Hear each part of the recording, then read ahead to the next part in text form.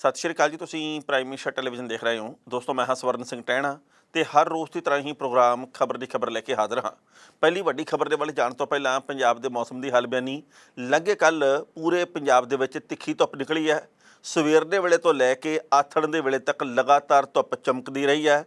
ਰਾਤ ਦੇ ਵੇਲੇ ਵੀ ਹੁਣ ਠੰਡ ਖਤਮ ਹੋ ਚੁੱਕੀ ਹੈ ਲਗਭਗ, ਤੇ ਮੌਸਮ ਵਿਭਾਗ ਦਾ ਇਹ ਕਹਿਣਾ ਕਿ ਆਉਂਦੇ 48 ਘੰਟਿਆਂ ਦੇ ਵਿੱਚ ਪੰਜਾਬ ਦੇ ਵਿੱਚ ਮੀਂਹ ਕਣੀ ਦੀ ਕੋਈ ਸੰਭਾਵਨਾ ਨਹੀਂ। ਮੌਸਮ ਵਿਭਾਗ ਦਾ ਕਹਿਣਾ ਕੋਈ ਝੱਖੜ ਝੁੱਲੇ ਦੀ ਸੰਭਾਵਨਾ ਨਹੀਂ, ਕੋਈ ਕਣੀਆਂ ਪੈਣ ਦੀ ਆਸ ਨਹੀਂ। ਯਾਨੀ ਕਿ ਹੁਣ ਲਗਾਤਾਰ ਗਰਮੀ ਹੋਰ ਤੋਂ ਹੋਰ ਵਧੀ ਜਾਣੀ ਹੈ।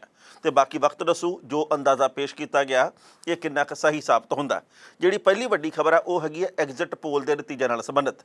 ਪਿਛਲੇ ਕਈ ਦਿਨਾਂ ਤੋਂ ਇਸ ਗੱਲ ਦੀ ਉਡੀਕ ਕੀਤੀ ਜਾ ਰਹੀ ਸੀ ਕਿ ਐਗਜ਼ਿਟ ਪੋਲ ਦੇ ਨਤੀਜੇ ਕੀ ਕਹਿੰਦੇ ਆ, ਪੰਜਾਬ ਦੇ ਵਿੱਚ ਜਿੱਤੂ ਕੌਣ, ਪੰਜਾਬ ਦੇ ਵਿੱਚ ਬਾਜ਼ੀ ਕੌਣ ਮਾਰੂ। ਤੇ ਹੁਣ ਜਦੋਂ ਐਗਜ਼ਿਟ ਪੋਲ ਦੇ ਨਤੀਜਿਆਂ ਨੇ ਇਹ ਗੱਲ ਕਹੀ ਆ ਕਿ ਪੰਜਾਬ ਦੇ ਵਿੱਚ ਆਮ ਆਦਮੀ ਪਾਰਟੀ ਬਾਜ਼ੀ ਮਾਰੂ, ਤਾਂ ਮਨ ਦੇ ਵਿੱਚ ਕਈ ਤਰ੍ਹਾਂ ਦੇ ਸਵਾਲ ਜ਼ਰੂਰ ਪੈਦਾ ਹੁੰਦੇ ਆ।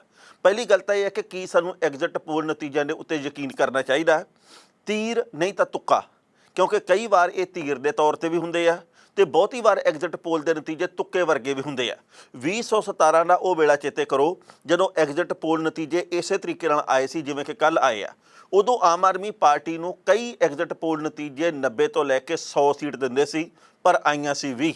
ਜੇਕਰ ਪੱਛਮੀ ਬੰਗਾਲ ਜਿੱਥੇ ਕਿ ਪਿਛਲੇ ਵਰੇ ਵੋਟਾਂ ਪਈਆਂ ਉੱਥੇ ਬੀਜੇਪੀ ਨੂੰ ਮੁਕੰਮਲ ਬਹੁਮਤ ਮਿਲਦਾ ਸੀ ਕਈ ਐਗਜ਼ਿਟ ਪੋਲ ਨਤੀਜਿਆਂ ਦੇ ਵਿੱਚ, ਤੇ ਉੱਥੇ ਤ੍ਰਿਣਮੂਲ ਕਾਂਗਰਸ ਬੜੀ ਝੁਕੀ ਹੋਈ ਨਜ਼ਰ ਆ ਰਹੀ ਸੀ।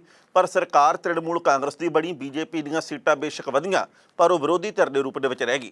ਮਹਾਰਾਸ਼ਟਰ ਦੀ ਗੱਲ ਕਰੀਏ ਜੇਕਰ, ਉੱਥੇ ਆਪਾਂ ਜਾਣਦੇ ਕਿ ਕਿਸ ਤਰੀਕੇ ਦੇ ਨਾਲ ਸਰਕਾਰ ਬਣੀ, ਪਰ ਐਗਜ਼ਿਟ ਪੋਲ ਦੇ ਨਤੀਜੇ ਕੁਝ ਹੋਰ ਬਿਆਨ ਕਰਦੇ ਸੀ। ਹਰਿਆਣੇ ਦੀਆਂ ਵਿਧਾਨ ਸਭਾ ਚੋਣਾਂ ਦੀ ਗੱਲ ਕਰੀਏ, ਉੱਥੇ ਵੀ ਐਗਜ਼ਿਟ ਪੋਲ ਦੇ ਨਤੀਜੇ ਕੁਝ ਹੋਰ ਬਿਆਨ ਕਰਦੇ ਸੀ, ਹਕੀਕਤ ਵਿੱਚੋਂ ਹੋਰ ਨਿਕਲ ਕੇ ਸਾਹਮਣੇ ਆਈ ਹੈ।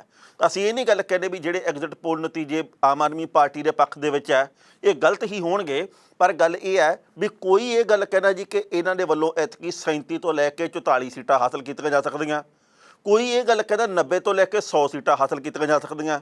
ਜੇ ਤਾਂ ਹੋਵੇ 5, 7, 10 ਦਾ ਫਰਕ ਤਾਂ ਆਪਾਂ ਕਹਾਂਗੇ ਵੀ ਯਾਰ ਇੰਨਾ ਕੁ ਹੋ ਜਾਂਦਾ, ਇਹਦਾ ਅੰਦਾਜ਼ਾ ਇਵੇਂ ਆ, ਇਹਦਾ ਅੰਦਾਜ਼ਾ ਇਵੇਂ ਆ। ਪਰ ਜੇਕਰ ਦੁੱਗਣੇ ਤੋਂ ਵੀ ਵੱਧ ਹੋਵੇ ਫਰਕ ਤਾਂ ਫਿਰ ਉਹਦੇ ਉੱਤੇ ਸ਼ੱਕ ਜਿਹਾ ਪੈਦਾ ਹੁੰਦਾ।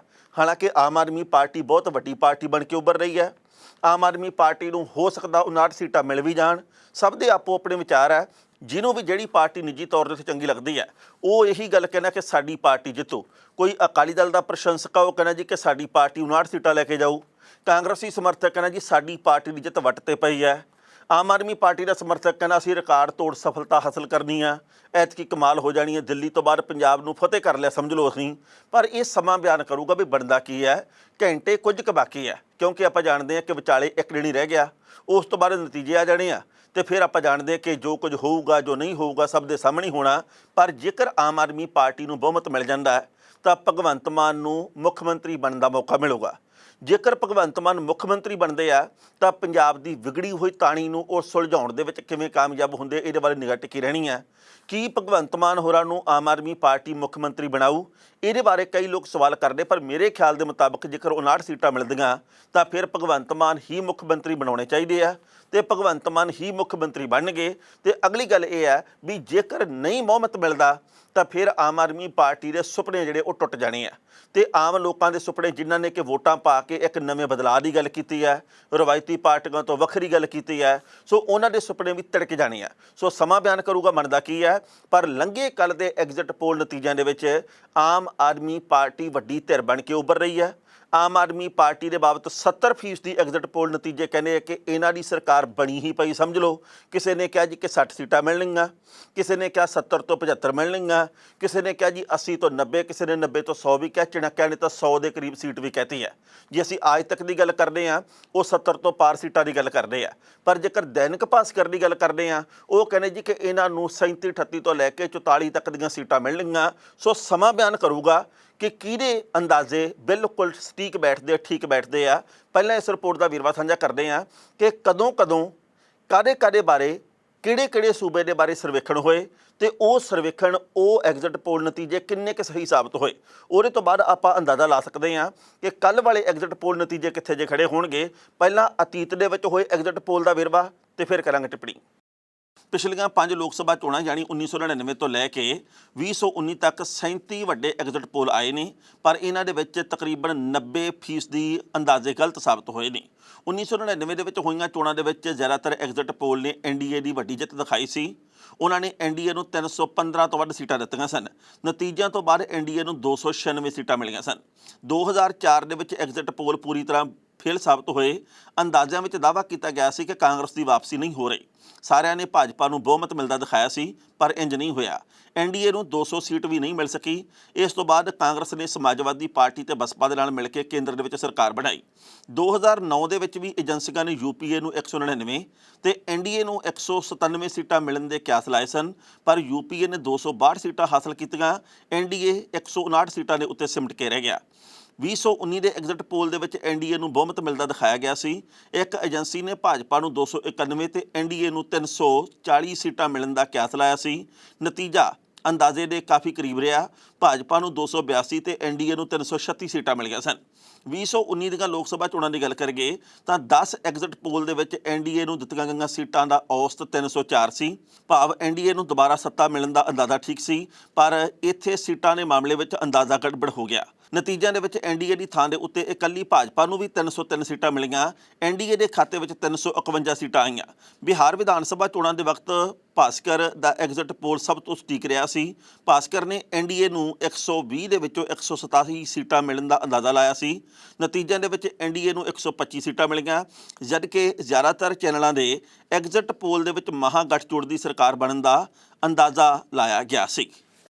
ਇਸ ਖਬਰ ਦੇ ਉੱਤੇ ਟਿੱਪਣੀ ਕਰ ਰਿਹਾ ਦੋਸਤੋ, ਪਹਿਲੀ ਗੱਲ ਤਾਂ ਅਸੀਂ ਕਹਾਂਗੇ ਜਿਹੜੇ ਵੀ ਸਾਡੇ ਸੂਝਵਾਨ ਦਰਸ਼ਕ ਪ੍ਰੋਗਰਾਮ ਦੇਖ ਕੇ ਥੱਲੇ ਇਹ ਗੱਲ ਕਹਿੰਦੇ ਆ ਕਿ ਐਤਕੀ ਫਲਾਣੀ ਪਾਰਟੀ ਦੀ ਸਰਕਾਰ ਬਣੂਗੀ, ਮੇਰੀ ਨਿੱਜੀ ਤੌਰ ਦੇ ਉੱਤੇ ਬੇਨਤੀ ਹੈ ਕਿ ਜਦੋਂ ਵੀ ਉਹ ਟਿੱਪਣੀ ਕਰਦੇ ਸੋਸ਼ਲ ਮੀਡੀਆ ਦੇ ਉੱਤੇ ਉਹਦਾ ਸਕਰੀਨਸ਼ਾਟ ਲੈ ਕੇ ਜ਼ਰੂਰ ਰੱਖਣ।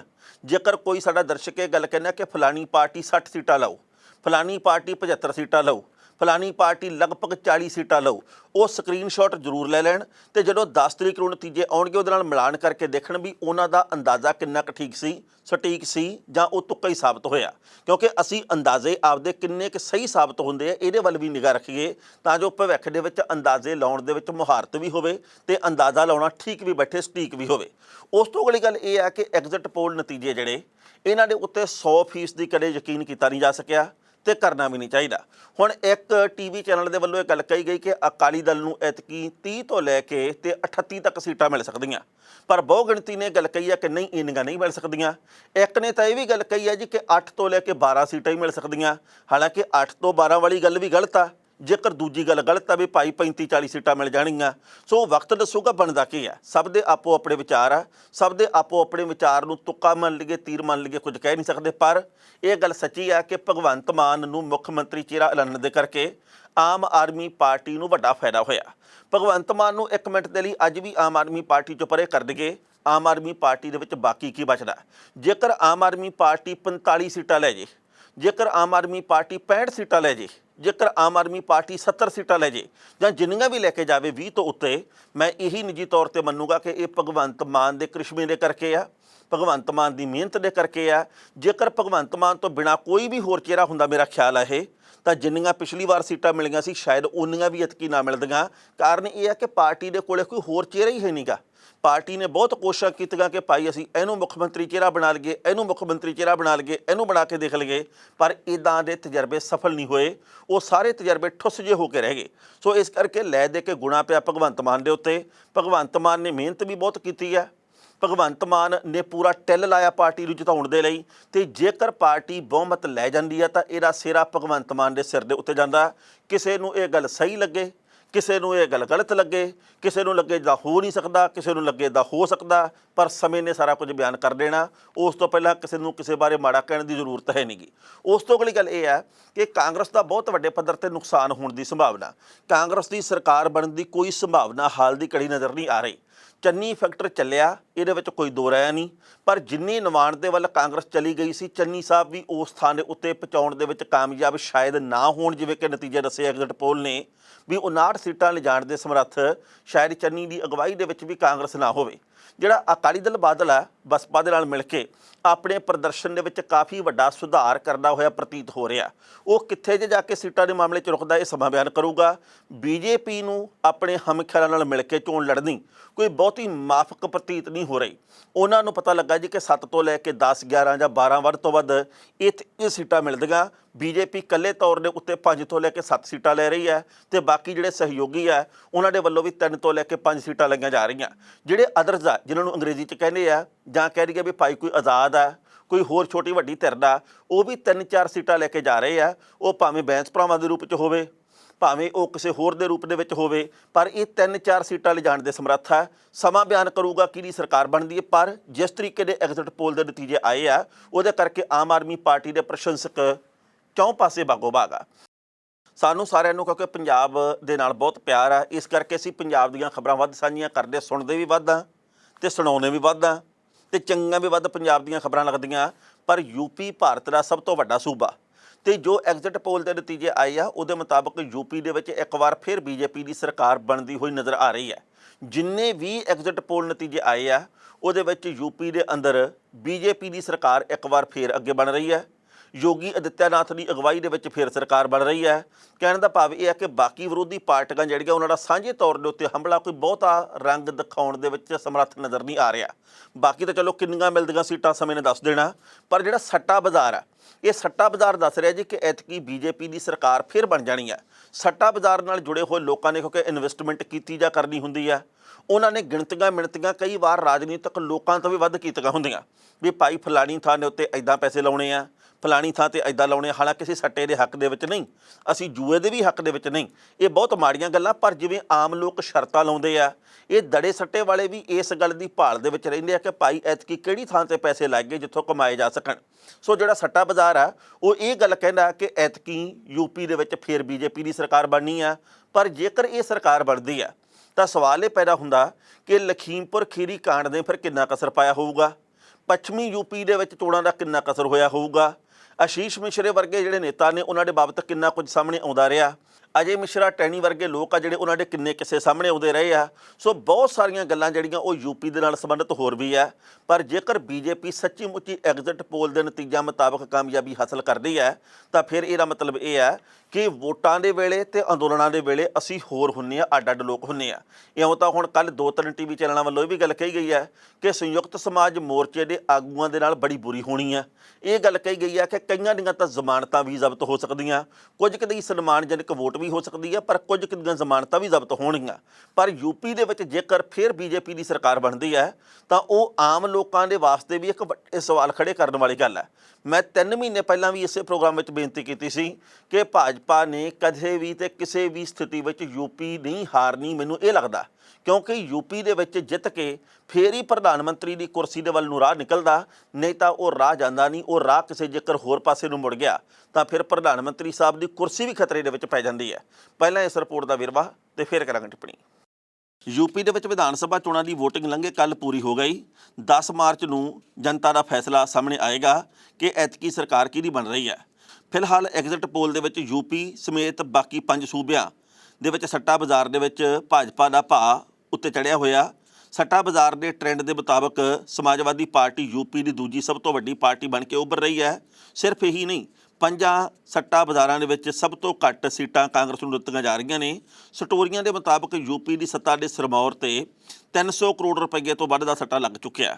ਸੱਟਾ ਬਾਜ਼ਾਰ ਦੇ ਵਿੱਚ ਰਾਜਨੀਤਿਕ ਪਾਰਟੀਆਂ ਦੇ ਚੱਲ ਰਹੇ ਭਾਅ ਨੂੰ ਸਮਝਣ ਦੇ ਲਈ ਰਾਜਸਥਾਨ ਦਾ ਫਲੌਦੀ ਸੱਟਾ ਬਾਜ਼ਾਰ, ਮੱਧ ਪ੍ਰਦੇਸ਼, ਗੁਜਰਾਤ, ਦਿੱਲੀ ਤੇ ਮੁੰਬਈ ਦੇ ਸੱਟਾ ਬਾਜ਼ਾਰ ਦੇ ਸਟੋਰੀਆਂ ਨਾਲ ਗੱਲਬਾਤ ਕੀਤੀ ਗਈ। ਸਾਰੇ ਬਾਜ਼ਾਰ ਭਾਜਪਾ ਨੂੰ ਇਸ ਤੋਂ ਵੀ ਵੱਧ ਸੀਟਾਂ ਮਿਲਣ ਦੀ ਗੱਲ ਕਹਿ ਰਹੇ ਨੇ। ਜੇ ਥੋੜ੍ਹਾ ਜਿਹਾ ਡਿਟੇਲ ਦੇ ਵਿੱਚ ਜਾਈਏ ਤਾਂ ਫਲੌਦੀ ਸੱਟਾ ਬਾਜ਼ਾਰ ਦੇ ਵਿੱਚ ਭਾਜਪਾ ਨੂੰ 223 ਤੋਂ ਲੈ ਕੇ 230 ਸੀਟਾਂ ਮਿਲ ਰਹੀਆਂ ਨੇ। ਸਮਾਜਵਾਦੀ ਪਾਰਟੀ ਦੇ ਖਾਤੇ ਵਿੱਚ 135 ਤੋਂ 145 ਸੀਟਾਂ ਆ ਰਹੀਆਂ ਨੇ। ਗੁਜਰਾਤ ਦਾ ਸੱਟਾ ਬਾਜ਼ਾਰ ਇਹ ਗੱਲ ਕਹਿਣਾ ਕਿ ਯੂਪੀ ਦੇ ਵਿੱਚ ਭਾਜਪਾ 220 ਤੋਂ 226 ਸੀਟਾਂ ਲੈ ਕੇ ਆ ਰਹੀ ਹੈ। ਜਦ ਕਿ ਸਮਾਜਵਾਦੀ ਪਾਰਟੀ ਨੂੰ 135 ਤੋਂ ਲੈ ਕੇ 140 ਸੀਟਾਂ ਮਿਲ ਰਹੀਆਂ ਨੇ। ਇਸੇ ਤਰ੍ਹਾਂ ਬਾਕੀ ਸੂਬਿਆਂ ਦੇ ਸੱਟਾ ਬਾਜ਼ਾਰ ਦੇ ਵਿੱਚ ਵੀ ਕਮਲ ਦਾ ਫੁੱਲ ਖਿੜਦਾ ਹੋਇਆ ਨਜ਼ਰ ਆ ਰਿਹਾ। ਸਮਾਜਵਾਦੀ ਪਾਰਟੀ ਨੂੰ ਦੂਜੀ ਵੱਡੀ ਪਾਰਟੀ ਦੇ ਤੌਰ ਦੇ ਉੱਤੇ ਦੱਸਿਆ ਜਾ ਰਿਹਾ। ਸਾਰੇ ਸੱਟਾ ਬਾਜ਼ਾਰ ਦੇ ਵਿੱਚ ਸਭ ਤੋਂ ਘੱਟ ਸੀਟਾਂ ਕਾਂਗਰਸ ਦੇ ਖਾਤੇ ਦੇ ਵਿੱਚ ਪਾਈਆਂ ਗਈਆਂ ਨੇ।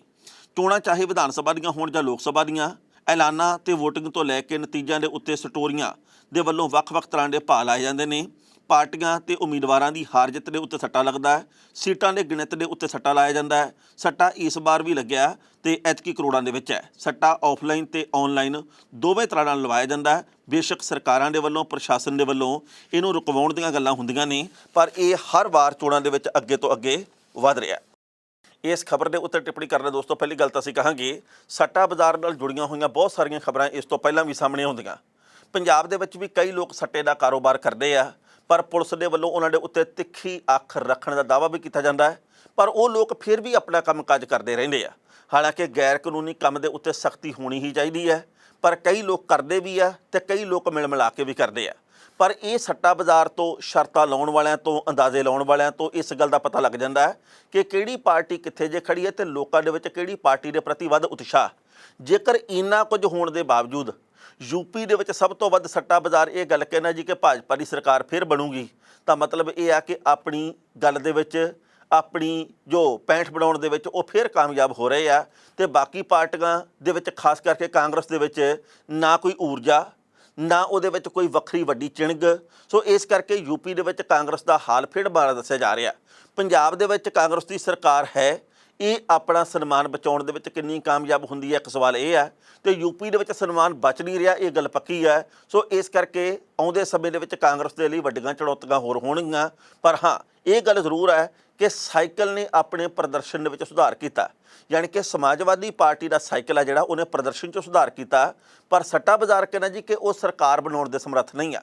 ਸੋ ਇਹ ਬੇਸ਼ੱਕ ਅੰਦਾਜ਼ੇ ਨੇ, ਇਹਨੂੰ ਤੀਰ ਮੰਨ ਲਗੇ ਜਾਂ ਇਹਨੂੰ ਤੁੱਕਾ ਮੰਨ ਲਗੇ, ਪਰ ਇਹ ਗੱਲ ਪੱਕੀ ਹੈ ਕਿ ਜੋ ਸੱਟਾ ਬਾਜ਼ਾਰ ਦੇ ਨਾਲ ਜੁੜੀਆਂ ਹੋਈਆਂ ਜਾਣਕਾਰੀਆਂ, ਇਹਨਾਂ ਦੇ ਵਿੱਚ 19-21 ਦਾ ਫਰਕ ਹੁੰਦਾ। ਇਹ ਟੀਵੀ ਚੈਨਲਾਂ ਦੇ ਅੰਦਾਜ਼ੇ ਵਾਲੀ ਗੱਲ ਨਹੀਂ ਹੁੰਦੀ। ਟੀਵੀ ਚੈਨਲ ਤਾਂ ਚਾਹੁੰਦੇ ਆ ਕਿ ਅੱਜ ਕਿਸੇ ਨੂੰ ਤਾਂ ਚੜ੍ਹਾਤਾ, ਕੱਲ੍ਹ ਨੂੰ ਕਿਸੇ ਨੂੰ ਥੱਲੇ ਲਾਤਾ, ਕਿਉਂਕਿ ਉਹਨਾਂ ਦੇ ਵਿੱਚੋਂ ਕਈਆਂ ਦੇ ਵੱਲੋਂ ਕਈ ਤਰੀਕਿਆਂ ਦੇ ਨਾਲ ਸਰਵੇਖਣ ਕੀਤੇ ਜਾਂਦੇ ਆ। ਪਰ ਜਿਹੜੇ ਮਾਰਕੀਟ ਦੇ ਨਾਲ ਜੁੜੇ ਹੋਏ ਸਰਵੇਖਣ ਆ, ਉਹ ਉਵੇਂ ਨਹੀਂ ਹੁੰਦੇ ਜਿਵੇਂ ਕਿ ਕੁਝ ਕੁ ਟੀਵੀ ਚੈਨਲ ਲੈ ਦੇ ਕੇ ਵੀ ਸ਼ਾਇਦ ਕਰਦੇ ਹੋਣ। ਸੋ ਉਹਨਾਂ ਦੇ ਉੱਤੇ ਵੀ ਭਰੋਸੇਯੋਗਤਾ ਦੇ ਉੱਤੇ ਸਮੇਂ-ਸਮੇਂ 'ਤੇ ਸਵਾਲ ਖੜੇ ਹੁੰਦੇ ਰਹਿੰਦੇ ਆ ਕਿ ਇਹਨਾਂ ਦੇ ਵੱਲੋਂ ਆਹ ਗੱਲ ਕਿਉਂ ਕਹੀ ਜਾਂਦੀ ਆ, ਫਲਾਣੇ ਵੱਲੋਂ ਉਹ ਗੱਲ ਕਿਉਂ ਕਹੀ ਜਾਂਦੀ ਹੈ। ਸੋ ਵਕਤ ਬਿਆਨ ਕਰੂ ਕਿਹਦਾ ਕੀ ਬਣਦਾ। ਪਰ ਇਹ ਹੈ ਕਿ ਬੀਜੇਪੀ ਦਾ ਪ੍ਰਦਰਸ਼ਨ ਐਤਕੀ 4 ਸੂਬਿਆਂ ਦੇ ਵਿੱਚ ਚੰਗਾ ਰਹਿਣ ਦੀ ਆਸ ਹੈ। ਗੋਆ ਦੇ ਵਿੱਚ ਵੀ ਬੀਜੇਪੀ ਉਨੀ ਮਾੜੀ ਸਥਿਤੀ ਵਿੱਚ ਨਹੀਂ ਜਿਵੇਂ ਕਿ ਕਈਆਂ ਵੱਲੋਂ ਦੱਸੀ ਜਾ ਰਹੀ ਹੈ, ਪਰ ਪੰਜਾਬ ਦੇ ਵਿੱਚ ਬੀਜੇਪੀ ਦੇ ਪੈਰ ਲੱਗਦੇ ਐਗਜ਼ਿਟ ਪੋਲ ਦੇ ਮੁਤਾਬਕ ਬਿਲਕੁਲ ਨਜ਼ਰ ਨਹੀਂ ਆ ਰਹੇ।